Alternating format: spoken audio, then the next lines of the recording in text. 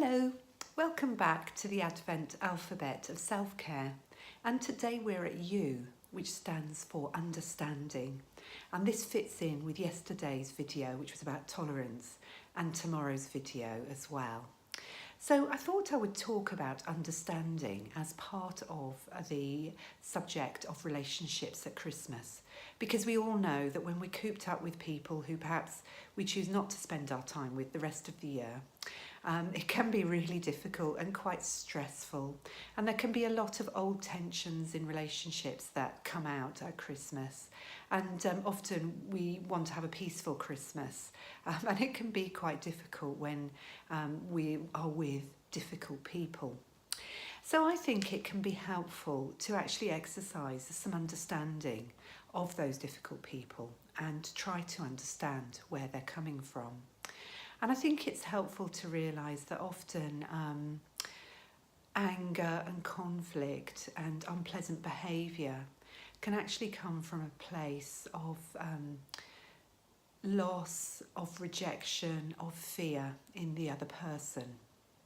And it's helpful if we can understand that, because partly it gives us some empathy towards the other person, and that might help us to be able not to react so quickly to what they're saying if we can see possibly the reasons for it underneath, that we can understand that they're a person who's also just trying to do their best, even if it comes out in the most peculiar way. But also I think it helps us to understand that this behaviour is actually not about us as a person, it's actually about them as a person.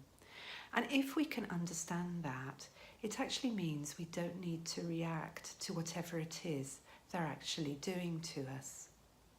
It doesn't mean that we excuse their behaviour, but what it does mean is that we don't need to try and pacify them, or try and get into their good books, or try and manipulate the way they're thinking about us. We can actually choose to set boundaries around our own behaviour, because their behaviour is actually, it's not our fault. It's actually something to do with them. And of course, there's always room to recognise where perhaps we are exacerbating the situation, where perhaps we have responded in a way that's unkind or unfriendly. And obviously, we need to be responsible for our own behaviour, but also we can recognise that we are not responsible for other people's behaviour. And that enables us to put very firm boundaries in place and to protect ourselves against other people's behaviour, and to recognise that we do have choices.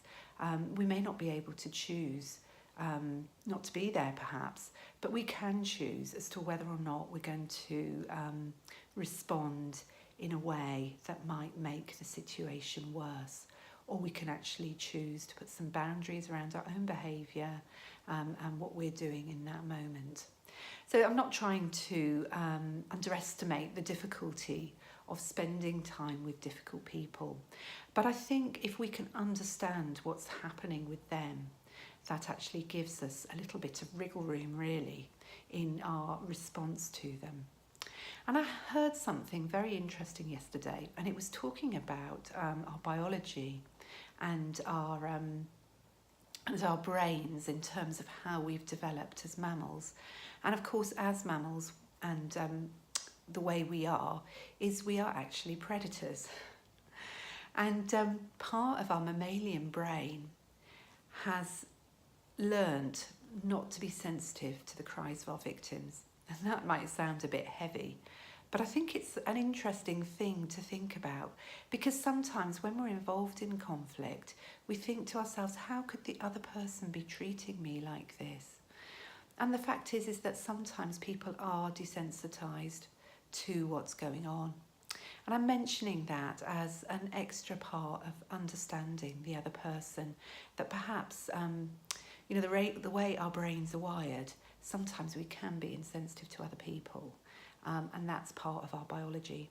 So that's just an interesting thought to leave you with at the end of this little talk about understanding.